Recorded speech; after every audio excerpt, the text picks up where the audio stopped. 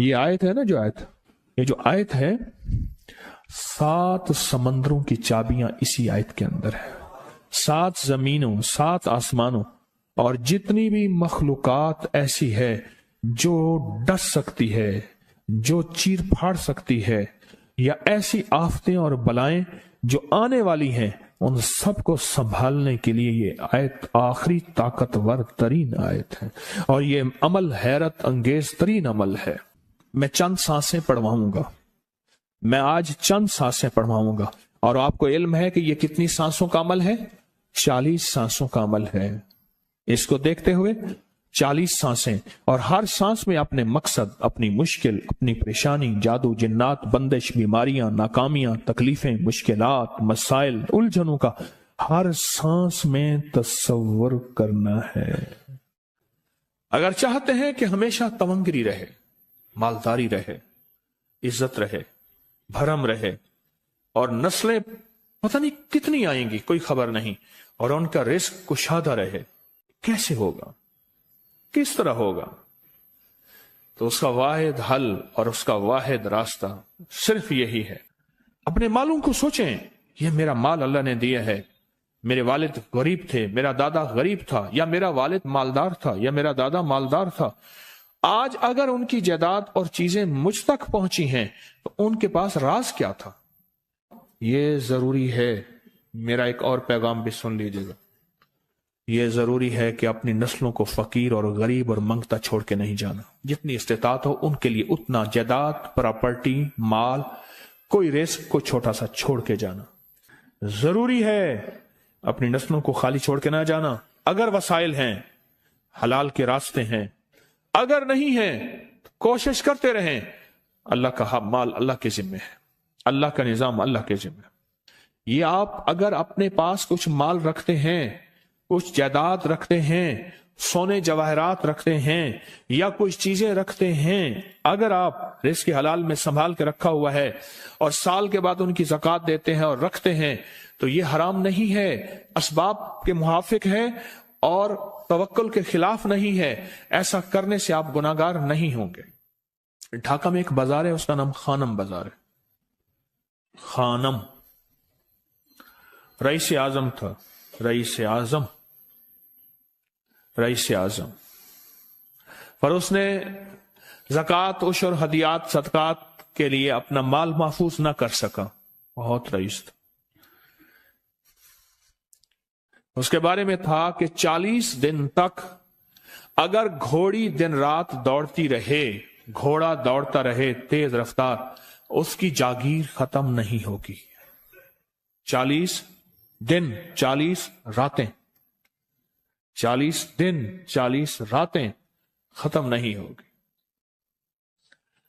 باپ کے مرنے کے بعد بیٹی کو ایک چسکا پڑ گیا. وہ تھا کپڑے کے پھاڑنے کی آواز.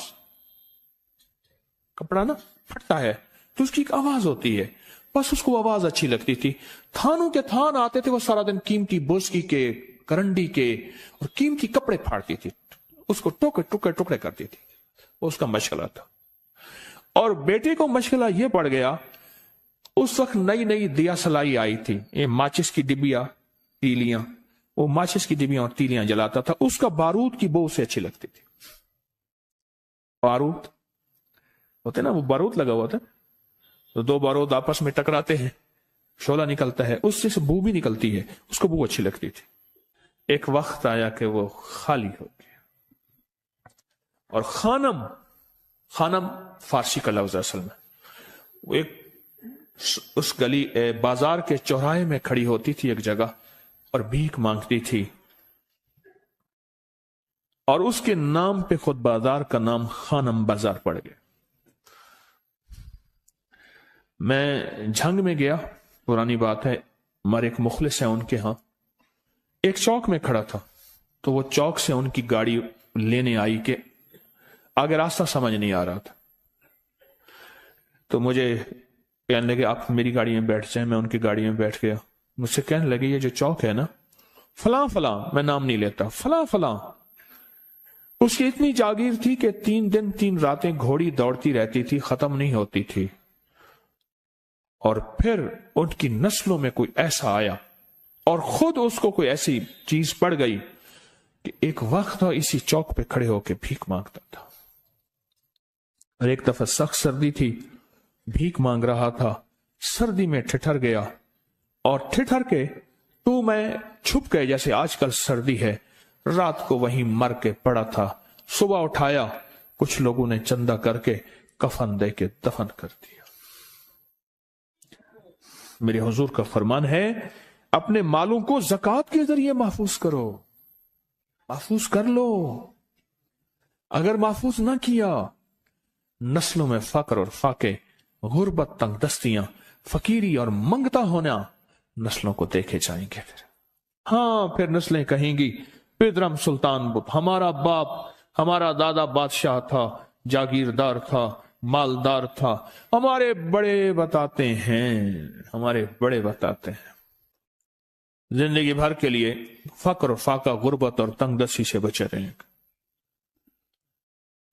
غیب سے اللہ کا نظام ایسا چلے گا، ایسا چلے گا، ایسا چلے گا. اللہ سارے بھوکے ہوں گے، سارے پیاسے ہوں گے، سارے فقیر ہوں گے، سارے منگتے ہوں گے. اللہ تجھے کھلائے گا بھی صحیح، پلائے گا بھی صحیح، سلائے گا بھی صحیح. عزت کے تکیے، عزت کے لقمے، عزت کے جام، عزت کے جام.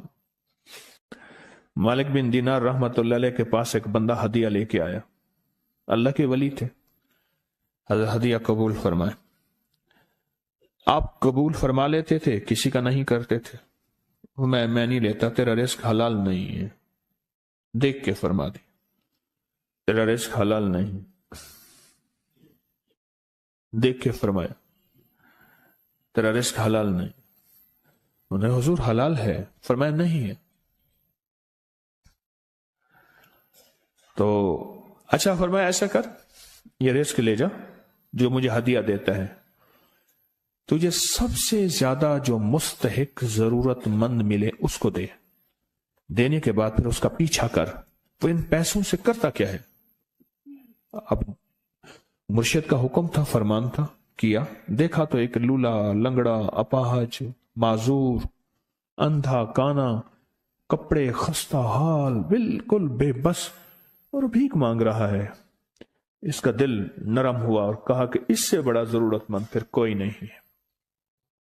اس کو جا کے مال دیا، پیچھا کیا.